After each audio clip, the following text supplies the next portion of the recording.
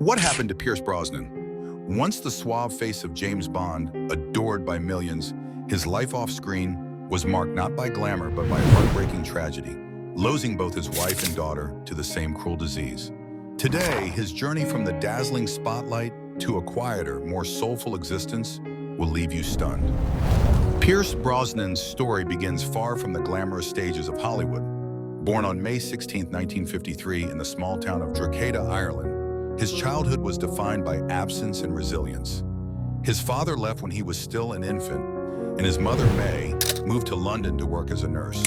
Little Pierce was left in the care of relatives, often feeling like an outsider, growing up with a sense of longing that would shape the intensity of his later performances. In 1964, at the age of 11, Brosnan reunited with his mother in London. It was there that he first discovered the magic of cinema. Watching movies projected on the big screen was like stepping into another universe, a place where pain could be transformed into power. He initially trained as a commercial artist, but fate intervened when he saw a fire eater perform in the streets, parking his fascination with performance and illusion. He would soon join a drama workshop, realizing that acting could be the path out of anonymity. By the early 1970s, Brosnan enrolled at the Drama Center in London, where his striking looks and quiet intensity set him apart. After graduation, he worked with the York Theatre Royal before making his way into television. His breakthrough came in the early 1980s with the detective series Remington Steele. Playing a witty, charming private investigator, Brosnan instantly became a household name in both the UK and the US.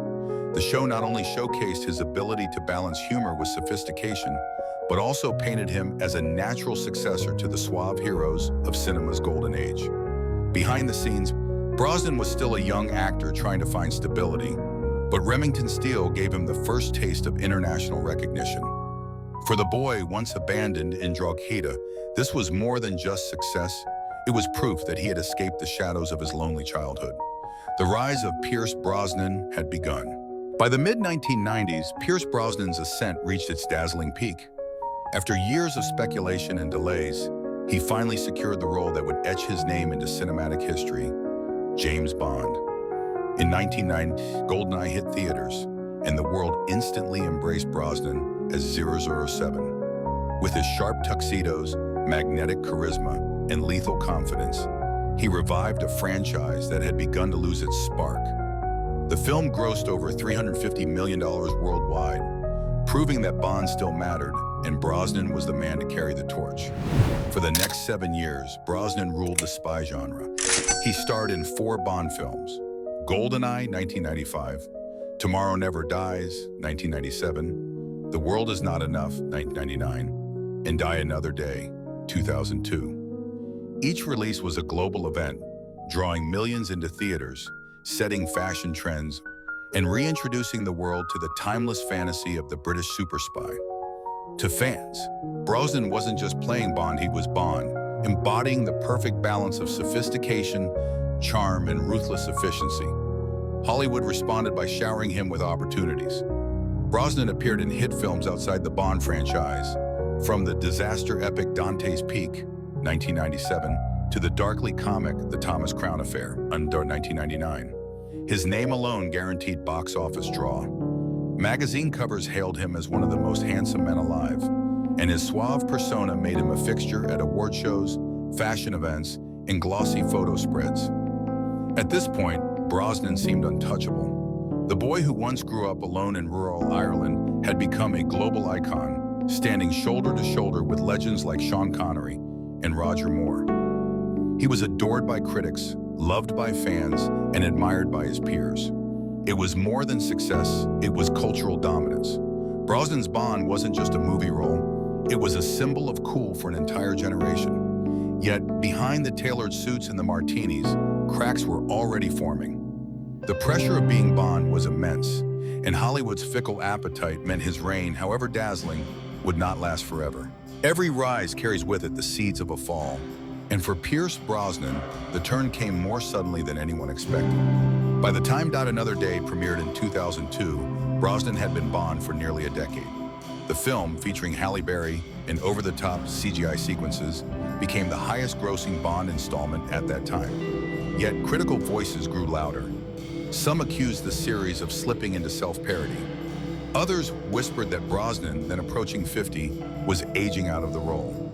The once perfect embodiment of 007 suddenly seemed vulnerable to Hollywood's ruthless clock. Behind closed doors, Brosnan himself sensed the shift. In interviews years later, he admitted he thought he'd be invited back for a fifth film, but the call never came. In 2004, producers quietly moved on, choosing to reboot the franchise with a grittier, younger James Bond Daniel Craig. For Brosnan, it wasn't just the loss of a role, it was the abrupt end of an identity that had defined him worldwide. One day he was the suave super spy adored across the globe. The next he was left on the sidelines, watching someone else step into his tuxedo. Hollywood can be cruel in its transitions. Offers slowed down, the aura of invincibility faded. Brosnan found himself cast more often as the aging mentor, the secondary figure, or in mid-budget thrillers that never quite matched the prestige of Bond. To go from carrying one of the most iconic franchises in cinema to chasing smaller roles was a jarring adjustment. But the fall wasn't only professional, it was painfully personal. Brosnan had already endured devastating loss in his private life. His first wife, Cassandra Harris, whom he married in 1980, was not only his great love, but also the one who first introduced him to the world of Bond. She had starred alongside Roger Moore in For Your Eyes Only, 1981, and it was through her that Brosnan met producer Albert Broccoli. Cassandra's support and elegance had been his anchor during his climb. Tragically, in 1991, she died of ovarian cancer, leaving Brosnan a widower with 3 children, 2 stepchildren he had adopted, and his son, Sean. That kind of grief never truly healed. Brosnan often described Cassandra as the love of his life, and her death left him hollow. Yet fate was not done testing him. Decades later, his daughter Charlotte, Cassandra's child from her first marriage, whom he had adopted and raised as his own, was also diagnosed with ovarian cancer, the same disease that took her mother. In 2013, Charlotte died at just 41 years old. To lose a wife and then a daughter to the same cruel illness, it was a heartbreak beyond imagining. For Brosnan, the glamour of Hollywood meant nothing compared to the shadows at home. Standing at funerals instead of red carpets, he became a man who knew, in the most brutal way, that even legends are powerless against life's cruelties. So while the world debated whether he had been the best Bond, or whether Craig's grittier version surpassed him, Brosnan was living through a fall far deeper than losing a movie role. His decline was not about fading fame, it was about carrying unbearable grief. The tuxedos, the martinis, the cinematic glory, all of it seemed like ghosts compared to the reality of burying the ones he loved most. The years following his Bond exit were strange ones for Pierce Brosnan. For fans, the transition was abrupt one day. He was the face of an unshakable franchise. The next, he seemed to vanish from the headlines. The tabloids occasionally caught glimpses of him at premieres or charity events, but the frenzy that had once surrounded his every move evaporated. Brosnan himself chose distance. In the wake of Cassandra's death and later Charlotte's, he found refuge in stepping away from the machine of celebrity. He retreated into painting, a passion that dated back to his teenage years, using canvas and color to process emotions that words could not. In interviews, he often described painting as a kind of therapy, each brushstroke, a way to make sense of grief, a silent language of survival. Hollywood, of course, did not stop. The industry shifted toward darker, grittier storytelling, and Daniel Craig's Bond reshaped the franchise with brutal realism. Against this new wave, Brosnan's version of 007, polished, witty, and traditional, suddenly looked like a relic of a lighter era. The roles he did take, from Laws of Attraction, 2004, to The Matador, 2005, earned respect, but not the thunderous acclaim that once followed him. For the public, it felt like Brosnan had slipped into the shadows. Magazine covers stopped featuring him, gossip columns moved on to younger stars, and the constant flash of paparazzi cameras dimmed. To many casual observers, he seemed to have disappeared, his once commanding presence fading into whispers of whatever happened to Pierce Brosnan. But disappearance is often more complex than absence. For Brosnan, it was a conscious act of preservation. He was still there working, raising his children, finding love again with Keely Shea Smith, whom he married in 2001. But his life was no longer a spectacle. He had withdrawn from the circus of celebrity, and instead built a sanctuary of privacy. In this quiet aftermath, Brosnan's image shifted in the eyes of the world. He was no longer just James Bond. He was a widower, a father who had buried a child, an artist who painted his pain. The glitter of Hollywood dimmed, but what replaced it was something rawer, more human, and infinitely harder to look away from. A man who had endured and survived. Today, at over 70 years old, Pierce Brosnan looks nothing like the tuxedo-clad spy who once commanded the screen. His hair, now silver, frames a face lined with age and loss. Yet, the dignity remains.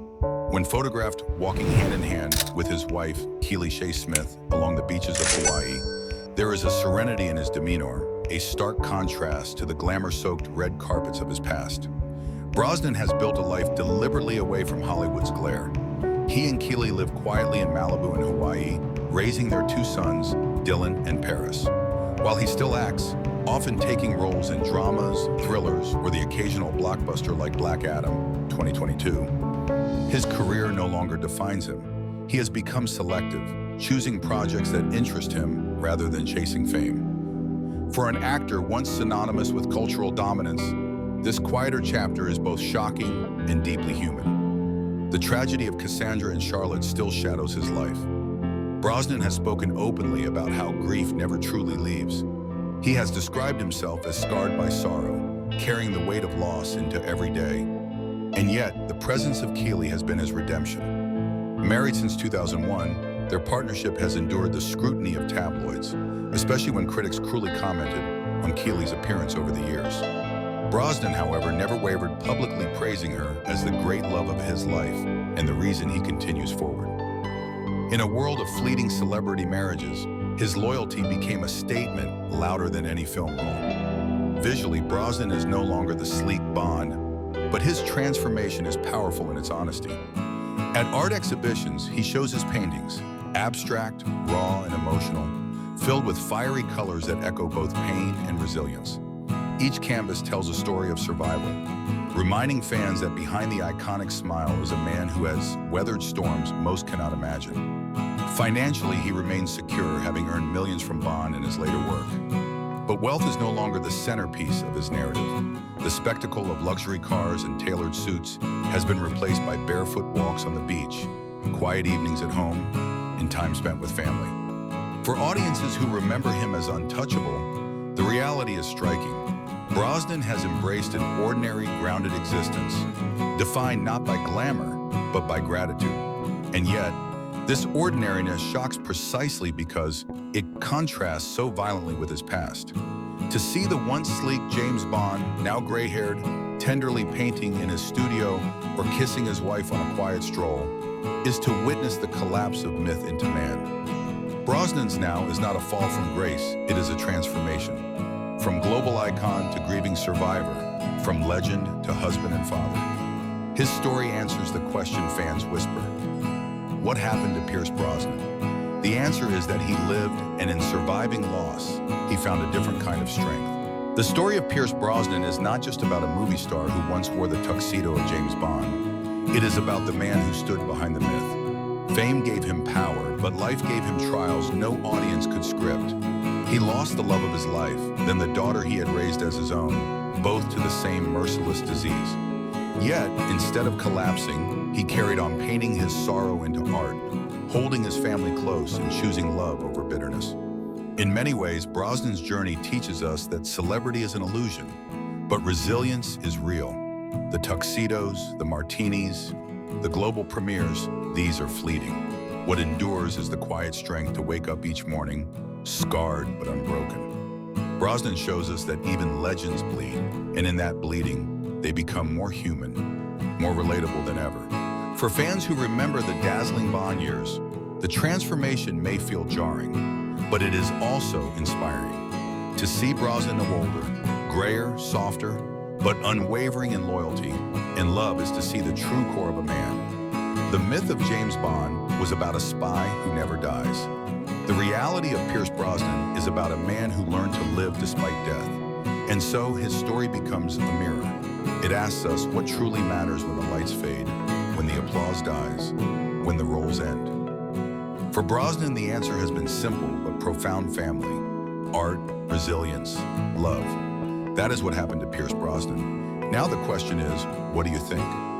Share your reflections below and tell us, whose story should we uncover next?